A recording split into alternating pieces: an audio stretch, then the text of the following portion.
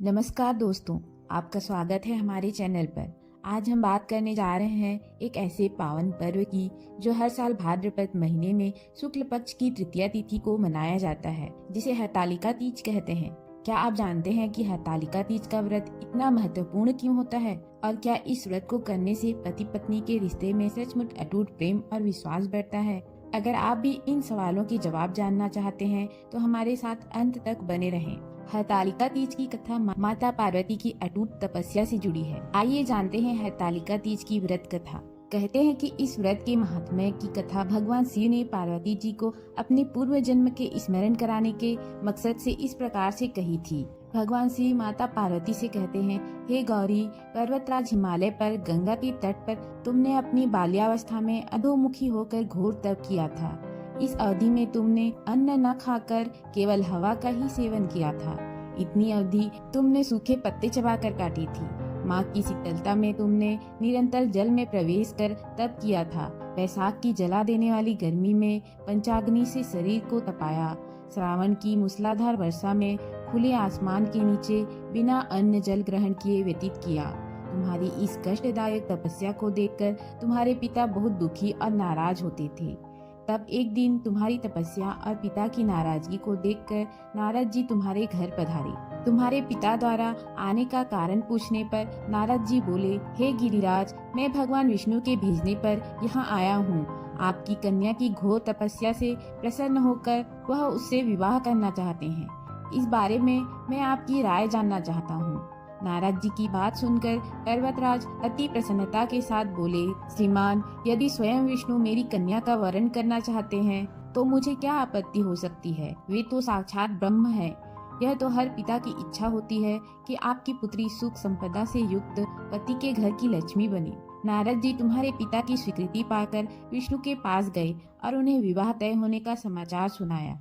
परंतु जब तुम्हें इस विवाह के बारे में पता चला तो तुम्हारे दुख का ठिकाना न रहा। तुम्हें इस प्रकार से दुखी देखकर तुम्हारी एक सहेली ने तुम्हारे दुख का कारण पूछने पर तुमने बताया, मैंने सच्चे मन से भगवान शिव का वरण किया है, किंतु मेरे पिता ने मेरा विवाह विष्णु जी के साथ तय कर दिया है। मैं विचित्र धर्म संकट में हूँ। अब मेरे पास प्राण त्याग देने के अलावा कोई और उपाय नहीं बचा। तुम्हारी सखी बहुत ही समझदार थी।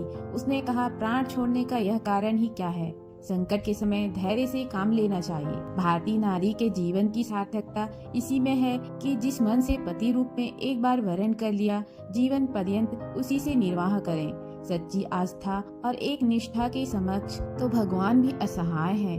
मैं तुम्हें घनघोर वन में ले जाती हूँ, जो साधना थल भी है और जहाँ तुम्हारे पिता तुम्हें खोज भी नहीं पाएंगे। मुझे पूर्ण विश्वास है कि ईश्वर अवश्य ही तुम्हारी सहायता करेंगे। तुमने ऐसा ही किया। तुम्हारे पिता तुम्हें घर में न पाकर बड़े चिंतित और दुखी हुए। वह सोचने लगे कि मैंने तो विष्णु जी से अपनी पुत्री का विवाह तय कर दिया। यदि भगवान विष्णु बारात लेकर आ गए और कन्या घर पर नहीं मिली तो बहुत अपमान होगा। ऐसा विचार कर पर्वतराज ने चारों ओर तुम्हारी खोज शुरू करवा दी। इधर तुम्हारी खोज होती रही, उधर तुम अपनी सहेली के साथ नदी के तट पर एक गुफा में मेरी आराधना में लीन रहने लगी। भाद्रपद तृतीया शुक्ल को हस्त नक्षत्र था। उस दिन तुमने रेत के शिवलिंग का निर्माण किया। रात भर मेरी स्तुति में गीत गाकर जागरण किया। तुम्हारी इस कठोर तपस्या के प्रभाव से मेरा आसन हिल उठा और मैं शीघ्र ही तुम्हारे पास पहुंचा और तुमने वर मांगने को कहा। तब अपनी तपस्या के फलीभूत मुझे अपने समक्ष पाकर तुमने कहा, मैं आपको सच्चे मन से पति के रूप में वरण कर चुकी हूँ। यदि आप सचमुच मेरी तपस्या से प्रसन्न होकर यहाँ पधारे हैं तो मुझे अपनी अर्धांगिनी के रूप में स्वीकार कर लीजिए। तब तथास्तु कहकर मैं कैलाश पर्वत पर लौट गया। प्रातः होते ही तुमने पूजा की समस्त सामग्री नदी में प्रवाहित करके अपनी सखी सहित व्रत का वरण किया। उसी समय गिरिराज अपने बंधु बांधवों के साथ तुम्हें खोजते हुए वहां पहुंचे। तुम्हारी दशा देखकर अत्यंत दुखी हुए और तुम्हारी इस कठोर तपस्या का कारण पूछा। तब तुमने कहा, पिताजी, मैंने अपने जीवन का अधिकांश वक्त कठोर तपस्या से बिताया। मेरी इस तपस्या का केवल उद्देश्य महादेव जी को पति के रूप में प्राप्त करना था। आज मैं अपनी तपस्या की कसौटी पर खरी उतर चुकी हूँ।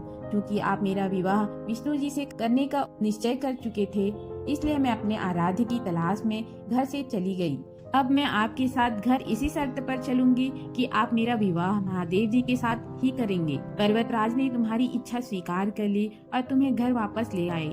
कुछ समय बाद उन्होंने पूरे विधि विधान के साथ हमारा विवाह किया।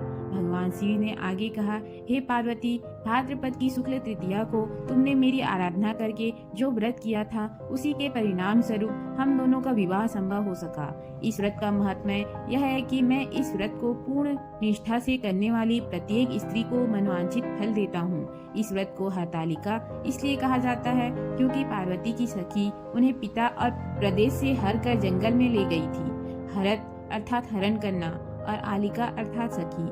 भगवान शिव ने पार्वती जी से कहा कि इस व्रत को जो भी स्त्री पूर्ण श्रद्धा से करेगी उसे तुम्हारी तरह अचल सुहाग प्राप्त होगा। हरतालिका तीज का व्रत इसी पवित्र घटना की याद में मनाया जाता है।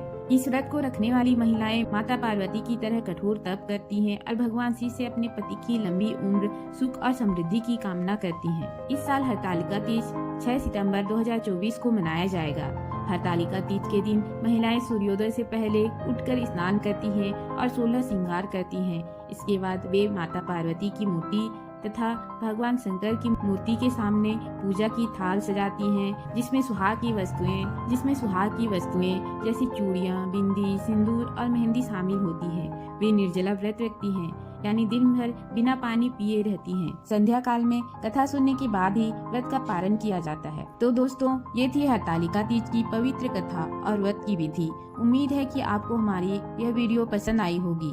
अगर आपको यह वीडियो अच्छा लगा हो तो कृपया इसे लाइक और शेयर करें और हमारे चैनल को सब्सक्राइब करना न भूलें ताकि आपको हमारे अगले वीडियो की नोटिफिकेशन मिल सके। आप हमें कमेंट में यह भी बता सकते हैं कि आप कौन सी और कहानियाँ सुनना चाहते हैं।